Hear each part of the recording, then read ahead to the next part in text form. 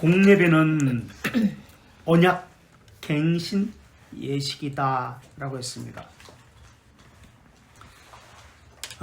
언약 갱신 예배에는 세 가지 종류가 있습니다.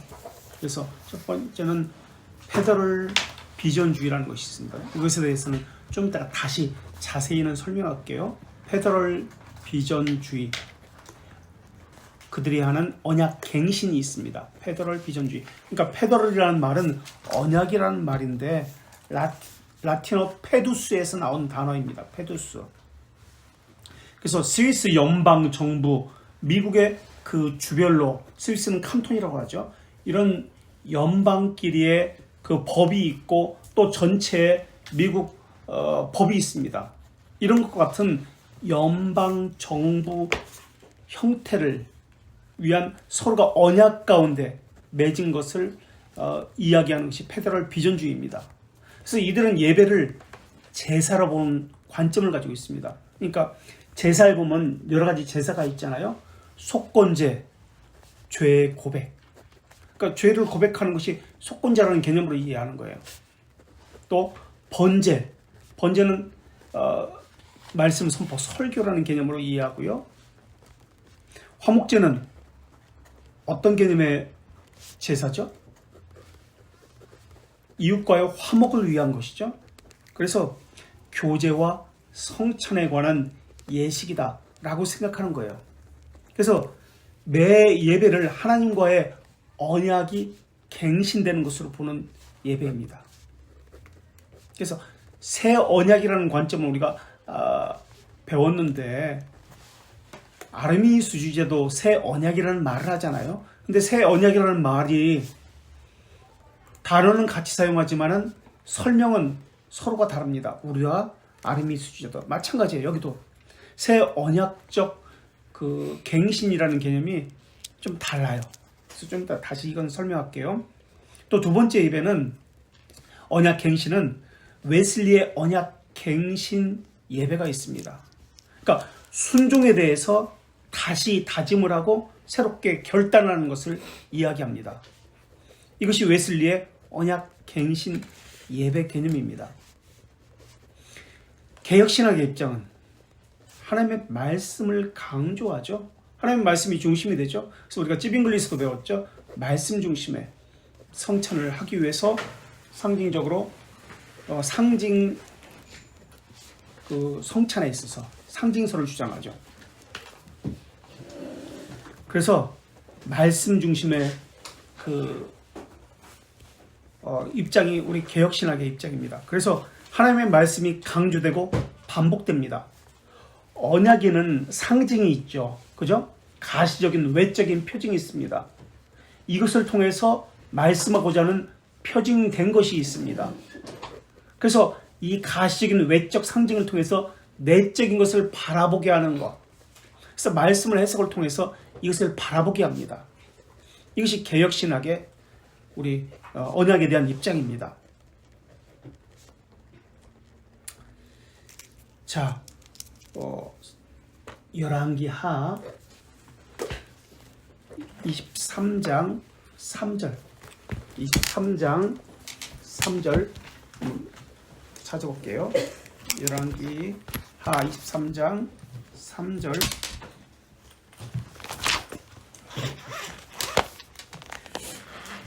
찾은 사람 한번 읽어주세요.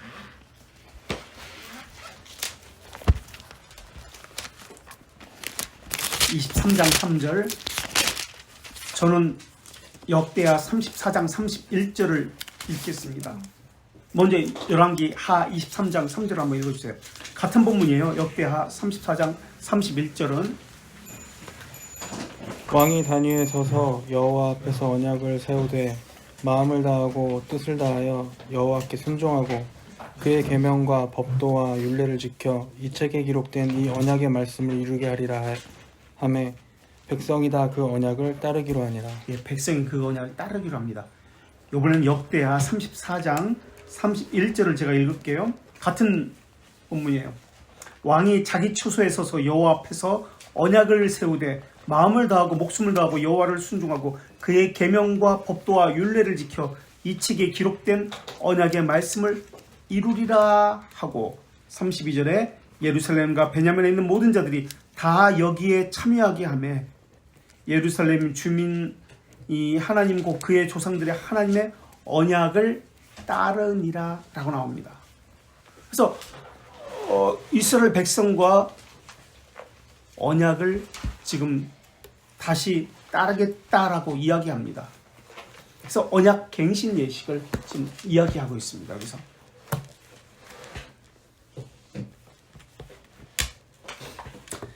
계속해서 책에 읽어볼게요.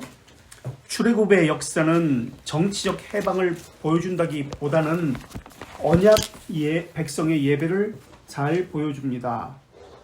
하나님께서 이스라엘 백성을 출애굽시키고자 그들을 가장 먼저 인도한 것이 신의 산입니다.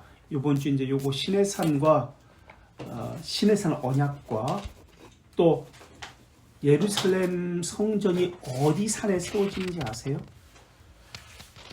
신의 산 언약과 신의 산에서 언약을 맺어가지고 율법을 주시고 십계명을 주시죠. 도덕법. 그리고 성막을 세우게 하십니다. 성막이.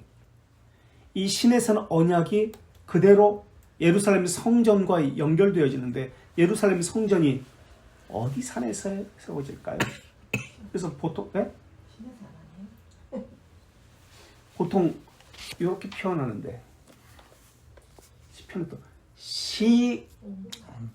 시온산. 네. 그래서 시온산 언약이라고 해요. 이어지는 거예요. 신의 산 언약과 시온산 언약이. 그래서 이번 주일에 이제 이걸 살피게 되는데요.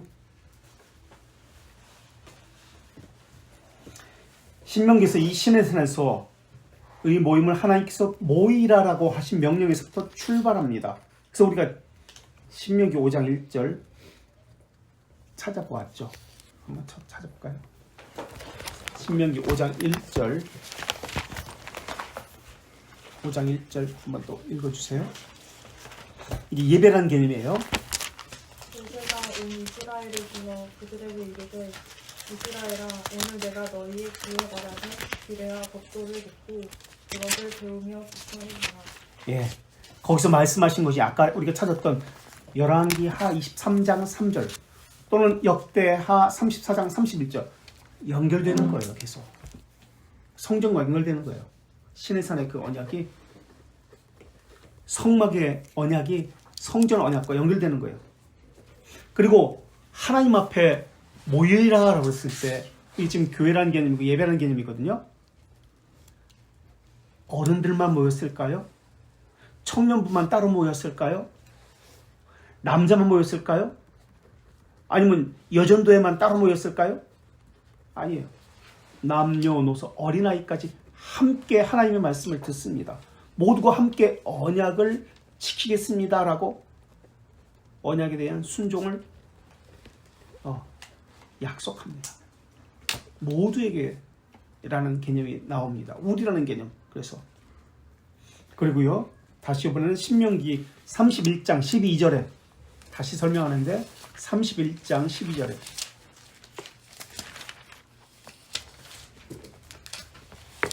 (31장 12절)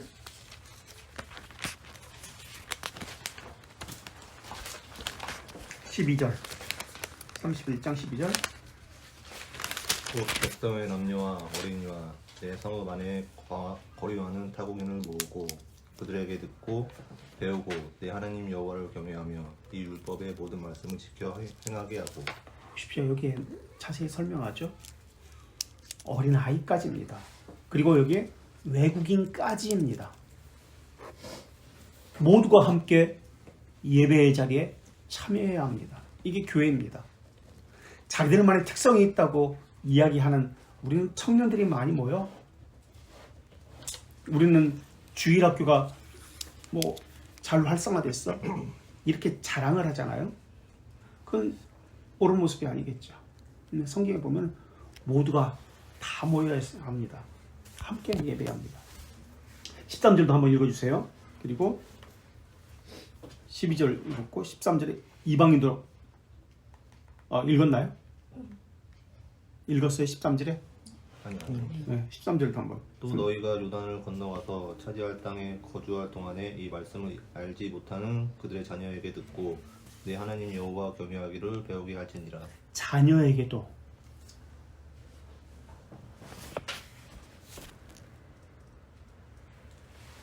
평생 배워야 합니다. 신명기 17장 19절 자녀에게 가르치라라고 합니다. 신명기 17장 19절. 그래서 장로의 자격은 자녀가 행실이 바르고 배움에 있어서 제대로 된 바르게 배우는 이런 자녀를 둔 사람이 장로와 자격이 됩니다. 신명기 17장 19절도 한번 읽어주세요. 신명기 17장 19절. 여기 보면 배움에 대해서 이야기합니다. 17장 19절. 평생에 자기 앞에 두고 이고 그의 하나님 여호와 경외하기를 배우며 이 율법의 모든 말과 이 규례를 지키며 할 것이라. 평생에라 나옵니다. 평생에 배우라. 자기 옆에 두고 평생에. 종종이 아닙니다. 가끔이 아닙니다. 평생입니다. 날마다입니다. 율법을 주야로 묵상합니다. 자, 그래서 여기서 예배란 개념이 나옵니다. 이게 교회라는 개념이 나오는 거예요. 그러니까 교회라는 개념. 하나님께서 뭐라 하나님의 부르심이 있었고요. 그에 응답해서 백성들이 나오는 거. 코에투스 하나님의 부르시다 콩그레 갔지요. 그래서 그 부르심에 응답해서 나온 거 코에투스. 그것에 대한 응답으로 나온다. 이게 교회라는 개념이에요. 그래서 구약에서는 그것을 칼입니다. 칼이라는 단어 씁니다. 그래서 부르다, 모으다 이런 개념이 칼이라는 단어예요. 칼, 부르다, 모으다. 이게 교회예요. 신약에서는 어떤 단어죠? 교회라는 단어가? 어떤 단어로 신약에서는 쓰나요? 에클레시아. 이것은 부르심을 받은 무리들. 부르심을 받았다. 그 무리다. 부르심을 받은 무리들. 에클레시아. 칼. 같은 개념이죠. 영어로는 처치라고 합니다. 교회를. 이것은 퀴리아케라는 단어, 헬라어 단어에서 그러니까 주님에게 속한 것이라는 개념입니다. 주님의 것, 주님에게 속한 것, 이게 교회라는 뜻입니다. 처치. 스코틀랜드에서는 커크라고 합니다. 교회를. 영어로는 처치라고 하고 독일은 키리헤라고 합니다. 다 같은 개념이에요. 주님에게 속했다라는 개념이에요. 이게. 그래서 교회를 그렇게 이야기합니다. 스코틀랜드는 커크, 독일어는 키리헤, 영어로는 처치, 헬라어로 퀴리아케, 주님에게 속했다, 주님의 것이다 라는 개념이 이게 교회예요. 바로 여기서 바로 모으라라는 단어에서 회중이라는 용어가 나왔고, 회중이라는 용어가 나왔다는 것은 어디 측면을 강조하고 있죠? 회중, 모였다는 측면인데 하나님의 측면이 아니라 사람의 측면을 강조하고 있습니다. 코에투스. 회중이라는 단어가 나왔고 또 이 단어가 나중에는 교회라는 단어로 번역되었습니다. 그래서 교회라는 단어에 대해서 제가 말씀드렸습니다. 에클레시아 또는 구약에서는 칼. 자기 백성을 하나님께서 모으셨습니다. 모으라고 하시니 비로소 하나님의 백성들이 하나님을 예배하는 회중이 될 수 있었습니다. 그래서 예배는 하나님이 부르시는 것과 백성들이 그것에 응답하는 이 부분이 계속 반복되는 거예요.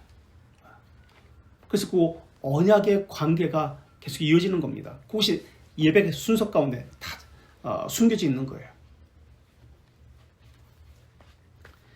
하나님께서는 다양한 제사, 제도를 또 율법을 주셔서 하나님 백성들이 지속적으로 하나님을 예배하도록 하셨습니다.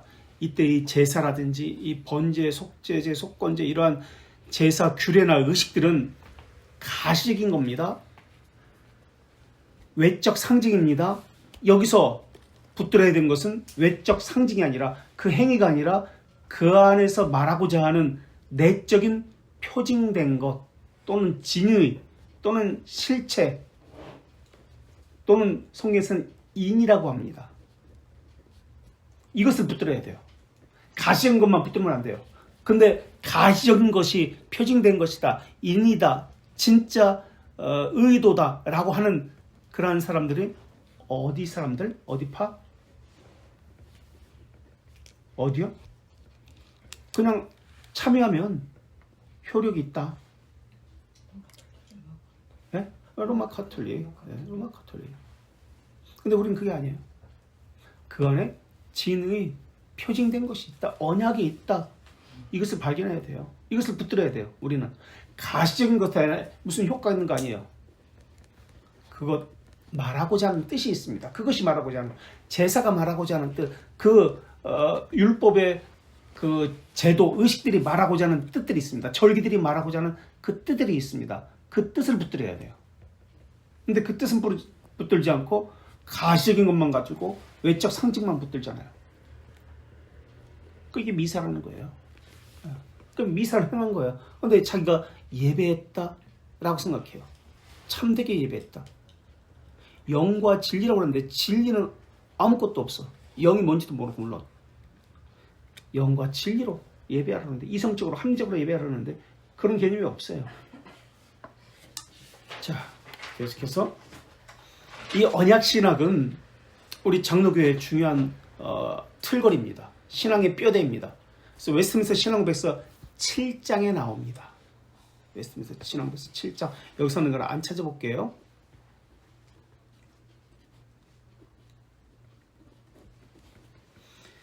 그래서 지속적으로 하나님을 예배하도록 하셨습니다. 이후로 구약교회는 역사의 중요한 기로에서 언약 갱신 예식을 지속적으로 치렀습니다. 그래서 우리 아까 성경을 찾아봤는데 1세대와 출애굽 1세대와 언약 갱신을 맺었고요. 또 신명기에서 2세대와 다시 언약 갱신 예식을 맺습니다.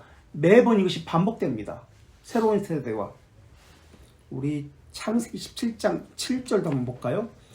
아브라함과도 언약을 맺지요. 노아와는 물론이고 또 이삭과 야곱과도 언약을 맺지요. 17장 7절. 언약 안에 무엇이 있는지 한번 보세요. 7장 7절. 네.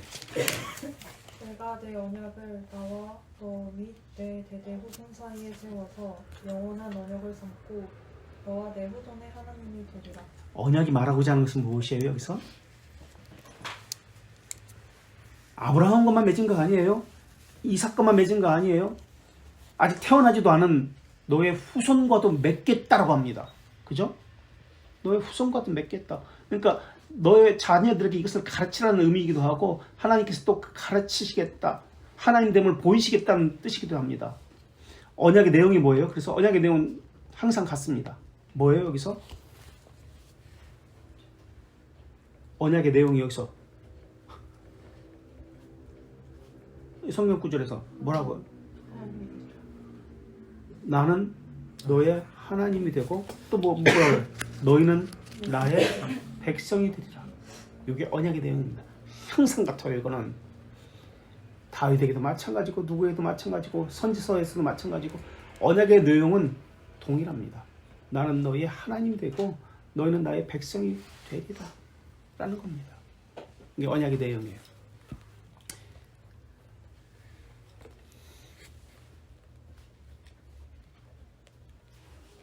그래서 선택이라는 단어를 사용할 때 우리의 조건을 보지 아니하고 사용하기 때문에 신앙고백서에서는 어떤 단어를 쓰죠?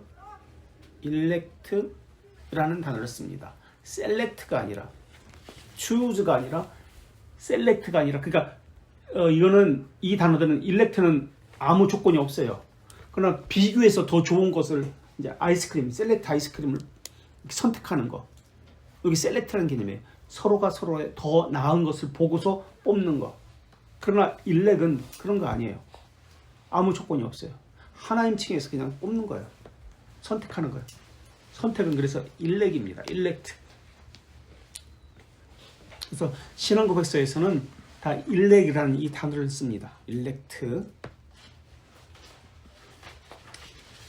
자, 계속해서 구약 교회는 역사의 중요한 기로에서 언약 갱신 예식을 지속적으로 치렀습니다. 언약도라고 혹시 들어보셨나요? 언약도. 우리 장로교회가 언약도입니다. 장로교회라는 말은, 장로라는 것은 정치를 이야기합니다. 정치. 장로 정치. 그래서 장로교 신학이라는 말은 없어요.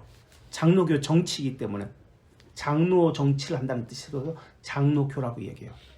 그 신학은 언약 신학입니다. 또는 개혁 신학이라고 합니다. 그래서 처음에는 장로교도라고 부르지 않고 언약도라고 스코틀랜드에서 처음으로 불렸어요.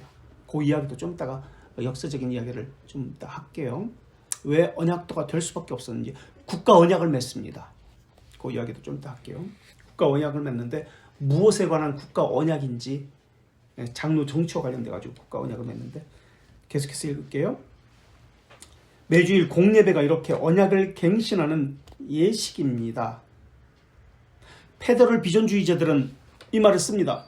그러나 그들이 말하는 언약이라는 개념은 순종이라는 개념이겠죠. 순종. 새로운 언약을 다시 체결한다는 개념으로서 그것에 순종한다.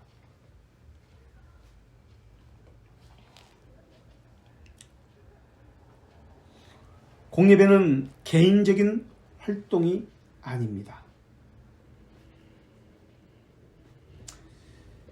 하나님의 백성들이 그리스도의 몸을 이루어서 거룩한 하나님의 말씀으로 몸을 이루어서 하나님께 나아가는 공적인 활동입니다. 사적인 거 아닙니다. 공적인 활동입니다. 공적 예배라고 합니다. 공적 모임이라고 합니다. 십계명의 다른 말이 뭔지 알아요? 정확한 말? 우리 십계명에서 공부할 텐데, 십계명을, 원래는 십계명이라는 말이 안 나와요. 성경에. 십계명이 아니에요. 그럼 정확한 명칭이 무엇일까요? 네? 십계명이라는 말이 안 나와요, 성경에. 무슨 말이 나올까?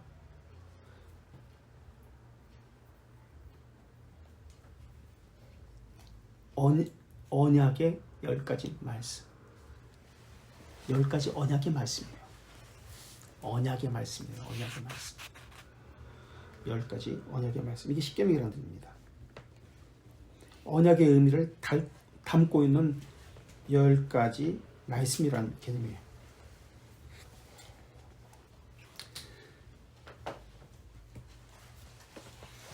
하나님께 나아가는 공적인 활동입니다. 그러니까 공적인 활동, 언약이 담겨져 있다는 것을 지금 염두에 두고 있습니다. 이 예배가 곧 하나님과 처음으로 맺은 언약이 지속적으로, 하나님과 이스라엘 백성이 맺은 언약의 대표적인 것이 십계명입니다. 양심법이라고도 하고 도덕법이라고 합니다. 언약의 10가지 말씀을 통해서 모든 것들이 요약해서 담겨 있는 것입니다. 언약의 10가지 말씀. 그래서 우리 이제 저 순서 보면은 십계명이라고도 썼지만 십계명으로 쓰지 않고 언약의 10가지 말씀이라고 그렇게 써 있어요.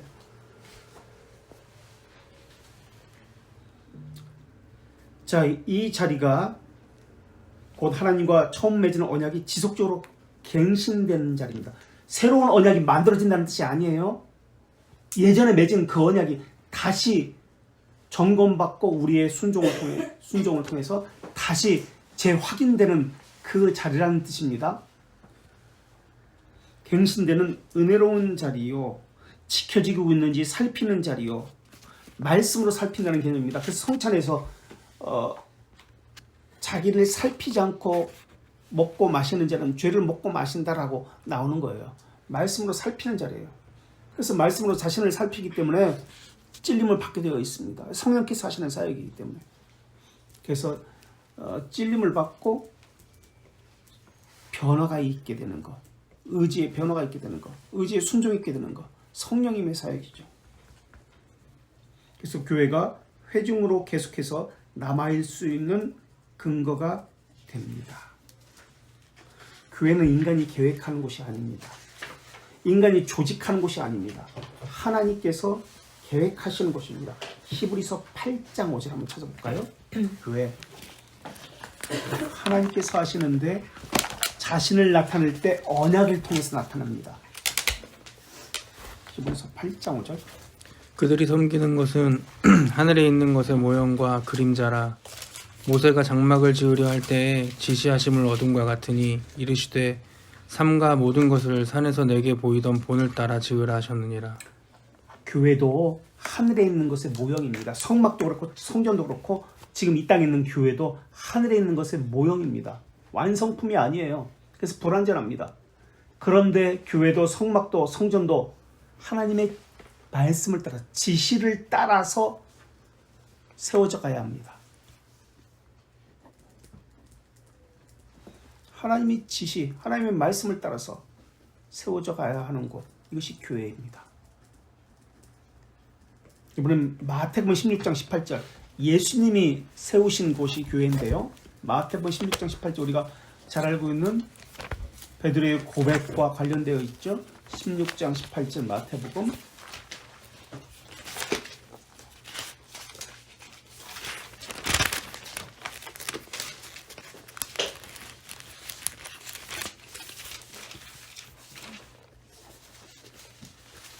또 내가 내게 이르노니 너는 베드로라. 내가 이 반석 위에 내 교회를 세우리니 음부의 권세가 이기지 못하리라. 왜 그 반석이 어떤 것을 이야기하죠? 로마 가톨릭은 그 반석을 무엇이라고 이야기하죠? 우리는 그 반석을 무엇이라고 해석을 하죠? 로마 가톨릭은 베드로라는 인물이라고 이야기하잖아요. 그죠? 그럼 우리는 베드로라는 사람이 아니라 베드로가 한 고백, 그 바로 앞에 나오잖아요. 베드로가 한 고백이 뭐예요? 베드로가 한 고백이 뭐예요? 주는 그리스도시요 주는 그리스도시요 살아계신 하나님의 아들입니다 라는 고백이에요. 그 고백, 신앙적 고백에 교회가 세워집니다 라는 뜻이에요. 신앙 고백, 예수 그리스도가 어떤 분인지에 대한 고백 위에 교회가 세워집니다. 그러니까 그 고백이 바르지 않으면 교회를 갈 수 없겠죠. 그래서 예수 그리스도가 어떤 분이냐라고 할 때 우리 신앙의 선배들은 어떤 분이라는 신앙 고백을 또는 신조를 남겼죠. 예수님이 어떤 분이냐고 할 때 예수님은 우선은 325년 니케아 회의와 381년 콘스탄티노플 회의에서 범정교회에서 예수님은 어떤 분이다? 예수님은 어떤 분이다? 어떤 분? 안 들렸어. 네? 영원히 태어나시고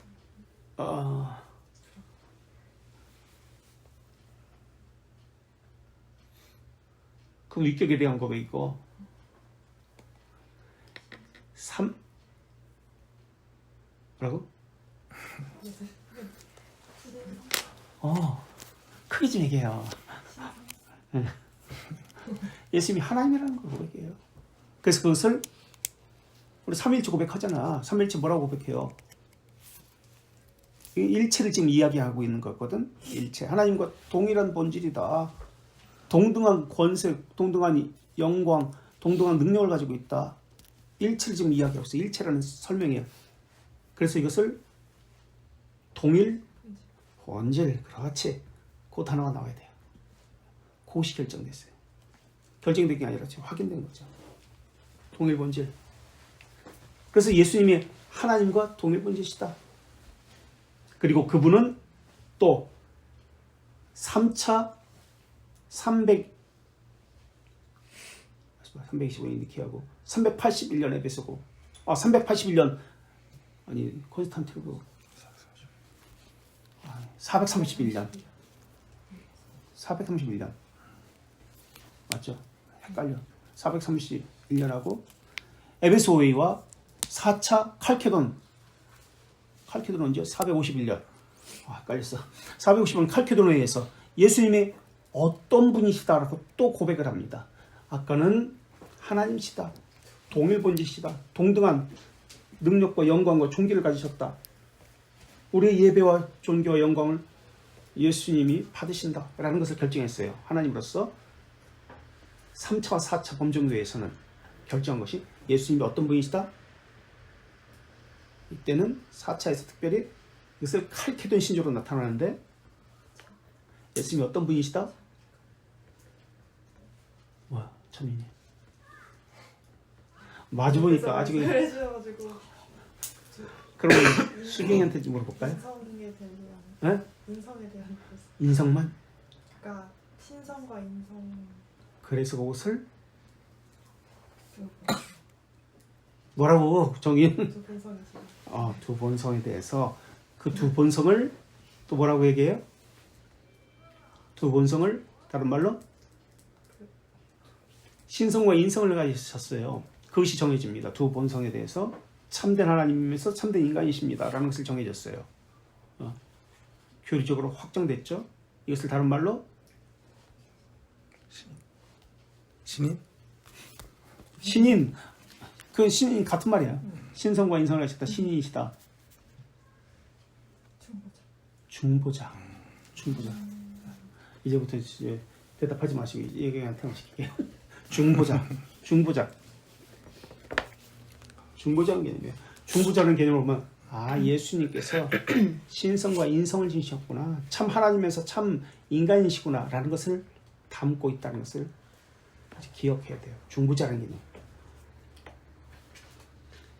이게 예수님 어떤 분이시냐에 관한 것이에요. 이게. 그래서 어떤 분이시냐 그럴 때 나의 주님이라는 고백은 바로 이런 개념을 하는 거죠. 또 한 가지 있어요. 지금 하나님이시다, 동일본지시다, 두 번째 두본성, 중보자다, 그리고 또 하나 뭘까요? 이거는 431년 에베소 회의에서 이 단위로 정리된 논쟁이 있었어요. 무엇일까요? 예수님 어떤 분이시냐고 할 때 그 예수님이 누구시냐 베드로의 고백에 이 세 가지 의미를 다 담고 있는 거예요. 무엇일까요?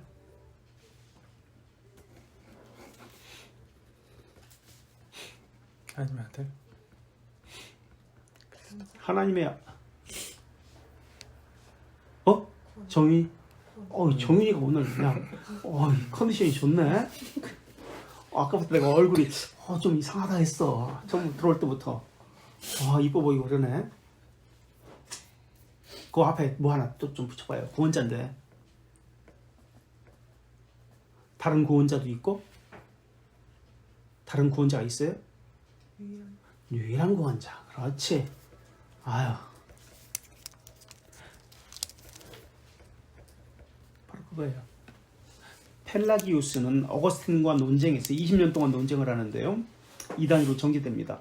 근데 펠라기우스가 주장했던 것은 초대교회에서 무엇이었죠? 어떻게 구원받는다는 것이었는데 어떤 구원을 이야기했죠? 펠라기우스는 유명한 논쟁입니다. 20년, 어거스틴이 죽기까지 430년까지 431년에 죽는데 430년까지 20년 동안 논쟁을 합니다. 10년부터. 이 논쟁을 해요. 펠라기우스와. 구원에 관한 것입니다. 어떻게 구원받는지. 펠라기우스는 어거스틴은 오직 은혜로 오직 예수 그리스도로 구원받는 것을 이야기했겠죠. 당연히 오직 은혜로 구원받는다. 그렇다면 이 펠라기우스는 그렇죠. 행위로 구원받는다. 정인이 오늘 행위로 구원받는다. 행위로. 그렇다면 행위로 구원받으려면 뭐가 없어야 되죠? 행위로 구원받는다면 뭐가 없어야지만 행위를 할 수 있어요. 선택? 네? 선택? 선택도 물론 그렇죠. 그렇지만 무엇보다도 또 우리가 어떤 일을 하면 그 모든 것들이 자기가 보기에는 선행이라 할지라도 거기에는 죄가 있어요. 죄가 묻어 있어요. 그래서 하나님께 안 받아. 사람 생각에는 최고의 선행이고 다른 사람을 위해서 자기 몸을 불태워 내어준다 할지라도 거기에는 죄가 있습니다. 그래서 이 펠라기우스가 부정하는 것은 이것을 부정합니다.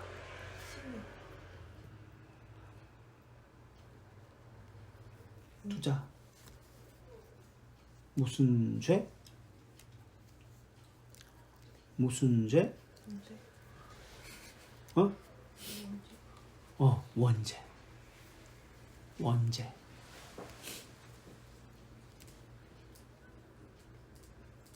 그래서 신앙 고백서에서 원죄라는 단어는 단수형으로 씁니다. sin. 복수형으로 쓸 때는 죄들이라고 합니다. s를 더 붙여가지고 sin 붙여가지고. 그래서 원죄인지 죄들인지 이것을 구별해야 될 수 있어야 됩니다. 근데 우리는 그런 복수 단수라는 개념이 희미하기 때문에 그냥 죄라고만 이야기하지 보통. 죄들, 죄. 이 구별이 해야 합니다. 그래서 죄를 이야기할 때는 원죄를 이야기하고 죄들은 원죄와 자범죄까지 포함한 이런 죄들을 이야기합니다. 그래서 우리는 죄들의 용서라고 이야기합니다. 우리는 하나님께서는 죄의 사명이라고 이야기합니다. 그러나 우리는 서방교회 전통을 받았기 때문에 원죄라고 이야기하고요. 동방교회에서는 이 원죄라는 단어를 어떤 단어로 또 사용해서 바꿔서 사용합니다. 그래서 우리는 서방교회 전통을 이어받았기 때문에 원죄라고 사용합니다. 그러나 동방교회에서는 원죄라고 하지 않습니다. 이것을 무슨 죄라고 이야기할까요?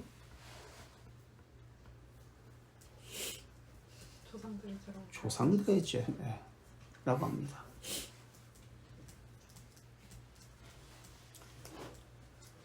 자, 이 예수님이 어떤 분이신지에 대해서 물어볼 때 이 세 가지 것을 이야기해야 합니다.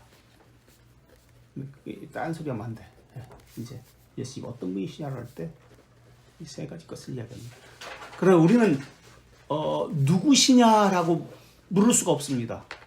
우리는 하나님을 알 수가 없기 때문에 어떤 분이시냐라고 물을 때 이 말의 의미는 관계하시는 분, 나와 관계하시는 분, 내게 그러니까 우리에게 자신을 나타내 보여주신 자기 계시, 현존, 실존하시는 자기를 보여주신 그 분이 어떤 분이냐라는 개념입니다.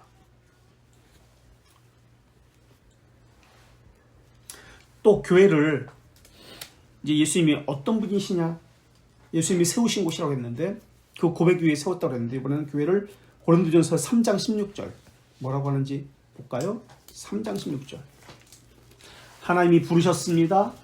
예수님이 어떤 분인지에 대한 고백 위에 세워진 것이 교회입니다. 세 번째는 고린도전서 3장 16절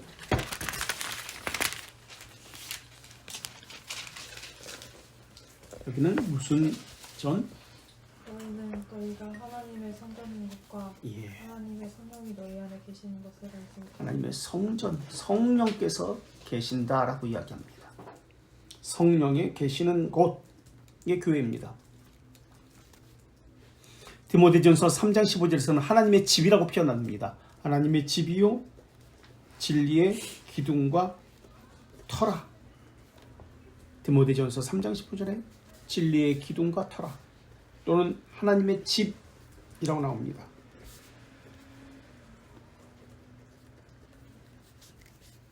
그리고 고린도전서 3장 11절에서는 이 터는 곧 예수 그리스도다 라고 나옵니다. 예수 그리스도다. 이 터가 진리의 기둥과 터라고 했을 때 이 터는 바로 예수 그리스도다 라고 나옵니다.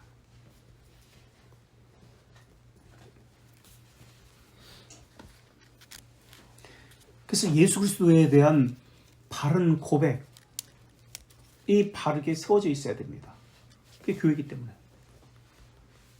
예수님 어떤 분이시냐? 세 가지 것을 얘기했습니다. 동일 본질, 두번성 또는 중보자, 유일한 구원자라는 개념이 바르게 세워져 있는 곳. 그것이 교회입니다. 자, 하나님이 세우신 기관에는 세 가지 것이 있는데요. 페더럴 비전, 이거 못하겠다 시간적으로. 어반 에비뉴 신학이라고도 하는데 이것을 어반 에비뉴 신학, 페더럴 비전 설명은 하게 되면 하고 못하게 되면 다음 주에 넘어갈게요. 이것을 듣는 분들이 좀 아유 맨날 다 아는 거 하네 라고 하실지도 모르겠습니다. 우리 유연 성도님이나 유찬재 성도님 그래도 좀 참고 들어주세요. 진도를 지금 못 나가고 있어 설명 때문에. 그래도 참고 들어주세요. 하나님이 세우신 기관은 세 가지 것이 있습니다. 무엇과 무엇과 무엇이죠? 교회가 있고 또 국가 있고 가정이 있습니다. 국가를 정의할 때 지난주에 하다가 말았죠. 오늘 하겠다고 해서 국가를 정의할 때 공동의 역사를 가진 같은 문화의 특정 지역에 사는 대규모 집합제라고 정의했습니다. 공통의 역사, 같은 문화, 특정 지역에 모인 대규모 집합제. 그들이 결합되어 온 것이 국가입니다. 그럼 유대 백성에게 공통적으로 그들을 하나로 결합하게 한 것이 무엇이었을까요? 국가라는 개념은 공통의 역사, 물론 공통의 역사를 갖지 않을 수도 있습니다. 이민을 오니까 어쨌든 일반적으로 같은 문화, 특정 지역에 모인 대규모 집합제, 이것이 국가입니다. 그 다음 유대 백성에게 있어서 공통된 것은 무엇이었을까요? 그들을 하나로 묶는 것이 무엇이었을까요? 언약이에요. 우리를 하나의 우리 교회를 고백할 때 네 가지 것을 고백합니다. 그죠? 교회의 속성을 이야기할 때 하나의 첫 번째 일치성을 이야기합니다. 그들을 하나로 묶는 것이 무엇이냐? 하나의 거룩하고 거룩성, 보편적이며 사도적인 교회를 믿습니다. 보편성, 사도성, 이 네 가지 것을 가지고 이야기합니다. 우선 첫 번째가 일치성입니다. 통일성. 하나로 묶는 것이 무엇이죠? 우리를 하나로 묶는 것, 이것이 언약입니다. 언약. 이스라엘 백성들을 하나로 묶는 것 언약이었듯이 그 언약은 무엇이었죠? 정윤? 아까 읽었던 네. 나는 너희 하나님이 되고 너희는 나의 백성이 되라는 그 언약입니다. 그래서 그것에 하나님께서 주신 규례와 명령에 우리가 순종하고 따르겠습니다라고 서약을 했죠. 언약을 했죠. 그래서 그들은 하나의 믿음을 가졌습니다. 한 믿음, 한 주를 가졌고요. 한 성령을 가졌습니다. 또 동일한 목적을 갖고 있습니다. 그래서 교회를 말할 때 하나님께서 부르셨다는 아까도 얘기했지만 콩그레가치오와 그들이 모였다 코에투스라는 단어를 사용합니다. 그래서 그 언약으로 그들을 하나로 결속하게 했습니다. 그 언약으로 인해서 그들을 한 몸을 이루게 했습니다. 고린도전서 10장 2절 한번 찾아볼까요? 10장 2절 모세에게 속하여 다 굵은과 바다에서 세례를 받고 다 같은 신령한 음식을 먹으며 다 같은 신령한 음료를 마셨으니 그를 따르는 신령한 그 반석은 곧 그리스도라. 3절인가요? 네. 그들이 모세에게 속해서 다가 구름과 바다에서 세례를 받았습니다. 다 같은 신령한 음식을 먹었습니다. 만나를 먹었죠. 다 같은 신령한 음료를 마셨습니다. 그들을 따르는 신령한 그 반석이 곧 예수 그리스도다.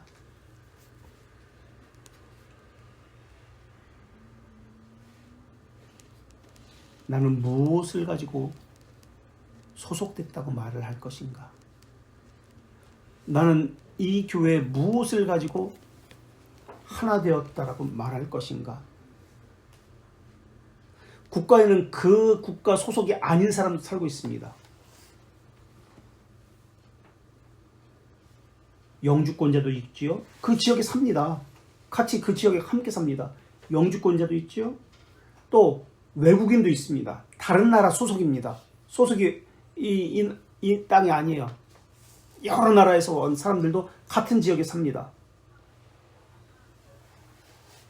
교회도 마찬가지입니다. 같은 교회에 다니지만은 그 교회에 결합되지 않은 사람도 있습니다. 언약에 동의하지 않는 사람도 있습니다. 결합하지 않았는데 그 교회에 다니고 있습니다. 이들은 같은 믿음, 공통의 것을 가지고 있지도 않습니다. 일치된 소망도 가지고 있지 않습니다. 공동의 목적은 같은 믿음을 가진 사람, 같은 주, 같은 성령을 가진 사람에게만 있는 것이 공동의 목적입니다. 언약이라는 단어는 베리트라는 단어인데요. 독일어로 분트, 네덜란드어로 본트라는 단어입니다. 영어로는 언약이라는 단어가 카버넌트입니다. 카버넌트는 라틴어 콤베니레라는 단어에서 파생된 단어입니다. 코라는 단어는 무엇과 함께라는 뜻입니다. 코, 그리고 버넌트는 오다라는 뜻입니다. 그러니까 커버넌트는 함께 오다라는 뜻입니다. 함께 오다라는 단어는 교회를 사용할 때도, 정의할 때도 이 단어가 사용되었습니다. 그래서 교회가 언약 공동체라는 이 의미가 언약에서 잘 드러납니다. 그 언약이 가장 잘 드러나는 곳이 예배입니다 라는 것을 말하고 있는 거예요. 그래서 그 교회는 예배를 통해서 그 교회가 무엇을 가지고 있고 무엇을 바라보고 있는지를 그 예배를 통해서 드러냅니다.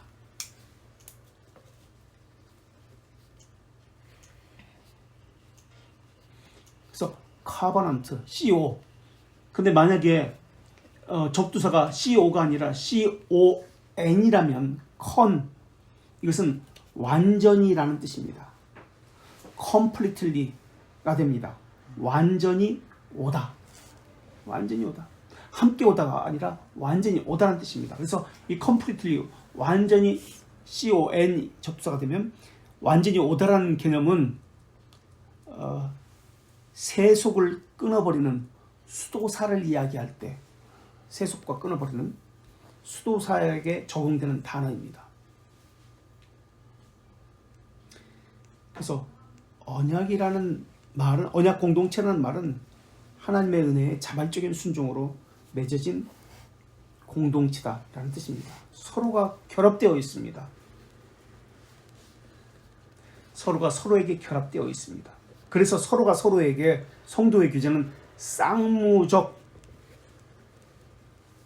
의미가 있습니다. 서로가 서로에게 결속되었다라는 개념입니다.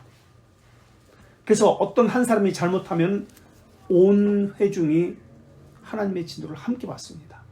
이스라엘 백성이 어떤 한 사람이 잘못했는데 그 온 회중이 전쟁에서 집니다. 그 한 사람이 잘못 때문에 온 회중이 지금 벌을 받습니다. 그런 개념이에요. 쌍무적 성격이기 때문에 언약은. 그래서 나만 잘하면 되는 게 아니에요. 다른 사람도 함께 잘하도록 살펴야 됩니다. 이게 언약의 개념이에요. 물론 하나님께서 언약을 맺을 때는 일방적입니다. 그러나 우리는 서로 결합되었을 때 쌍무적인 성격을 가지고 있습니다.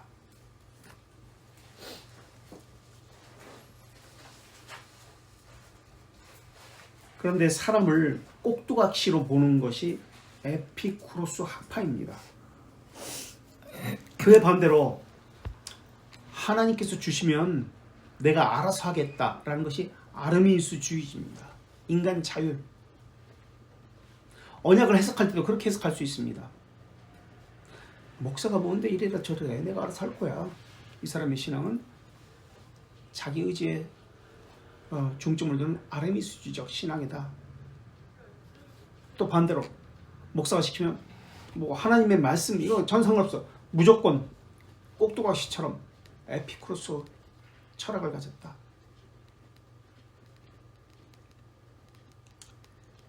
무엇으로 구별된 증거를 가졌습니까? 나는 무엇에 결속되어 있습니까? 나는 언약을 무엇이라고 이해하고 있습니까? 유대 백성들은 가시적인 것을 가지고 자기들은 하나님의 백성이라고 그렇게 이야기했습니다. 가시적인 외적 상징만을 가지고. 그것이 무엇이었죠? 성전이라는 것도 있고요. 또 할례라는 것도 있습니다. 외적 가시적인 것만 가지고 난 유대인이다. 언약 공동체다. 이렇게 이야기했습니다. 그래서 이러한 모든 것들을 다 파괴시킨 것이잖아요. 우리도 그러고 있는지도 몰라요. 그것이 말하고자 하는 뜻이 있는데 그것을 자랑했습니다. 그것이 특권이라고 생각했습니다. 하나님 앞에서도 그것이 자랑거리인가 과연? 개혁교회라는 곳에 다니고 있기 때문에 그것이 특권이고 자랑입니까? 개혁교회라는 간판이 있지만 개혁교회가 아닌 곳이 더 많아요. 개혁교회가 아니지만은 일반 교회 다니지만 개혁신앙을 가진 사람이 많이 있어요. 개혁교회를 붙였다고 그 교회에 다닌다고 내가 참된 신자인가요? 개혁신앙을 갖지 않은 사람이 더 많습니다. 개혁교회를 다니지 않아도 개혁신학을 가진 사람도 많고요. 어떤 가시적인 어떤 외적 표징이 중요한 게 아닙니다. 개혁교회가 중요한 게 아니에요. 그 안에 담겨있는 그 언약의 내용을 잘 지키고 있는가, 내 안에서 살아있는가, 이게 더 중요합니다. 외형 속에 담긴 가시적인 것 속에 담긴 진의 실체 붙들고 있는가. 만나가 의미하는 것이 무엇인가, 이게 더 중요하지 만나를 먹었다가 중요한 게 아니에요. 그러나 정작 사람들은 영혼의 만나에는 관심이 없어요. 만나를 먹는 것, 가식인 어떤 것을 체험하는 것, 이것을 더 중시 여겨요. 그래서 자기 혜택에 대해서 관심이 있습니다. 이러한 신앙을 빈 곳을 채우시는 하나님이라는 신학입니다. 헨리 드루몬드라는 사람이 20세기에 예전부터 있었지만 빈 곳을 채우시는 하나님이라는 이 철학적 용어를 사용합니다. 내 필요에 관심 있는 거예요. 내 유익을 위해서 하나님을 이용하는 거예요. 무언가 허전한 것이 있을 때, 내가 필요로 할 때 도움을 하나님께서 구합니다. 바른 신앙은 하나님이 어떤 분야에 관심을 둡니다. 헌데 사람들은 내게 필요한 것이 무엇인가에 관심을 둡니다. 그래서 내 필요를 채우시는 하나님을 찾습니다.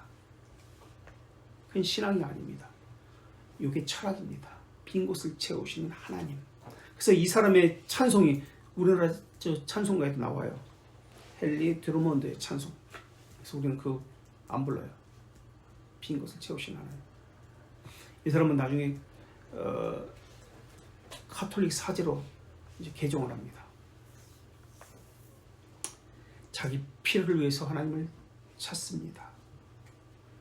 이들에게는 어떤 하나님이 관심이 없어요. 내 필요만 채워주면 되기 때문에 하나님은 그냥 중요한 것이 아니야. 어떤 하나님인지 내 필요가 더 중요해요. 그러나 우리는 어떤 하나님인지에 관심이 있습니다. 그리고 하나님과 맺은 그 언약이 있습니다. 그래서 성전을 세운다는 것이 어떤 의미냐면 하나님과의 언약을 바르게 세운다는 개념입니다. 그러나 유대 백성들은 성전이라는 그 가시적인 것, 또 그 안에 있는 율법이라는 그 의식이라는 가시적인 것들만 붙들고 있어요. 그것만 행하면 된다고 생각했어요. 그 안에 담긴 언약은 버렸습니다.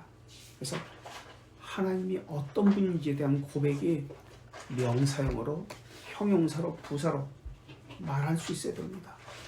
겉껍데기만 붙들고 그렇게 신앙생활을 하면 안 돼요. 교회 다니면 안 돼요. 그것을 가지고 말하면 안 됩니다. 유대 백성은 겉껍데기만 가지고 신앙생활을 했어요. 성전이라는 거, 할례라만 가지고, 율법이라는 거 겉껍데기만 가지고. 그 안에 담긴 그것이 말하고자 하면 본질은 몰랐어요. 오늘날 신앙생활 다 그렇게 해요. 본질은 모르고 껍데기만 가지고 신앙생활해요. 나 교회 다닌다. 어느 교회 다닌다. 만나가 말하려고 하는 것, 만나가 아니라 만나가 말하려고 하는 것을 보관하고 있어야 됩니다. 하나님은 하나님 백성과 언약으로 결합되어 있습니다.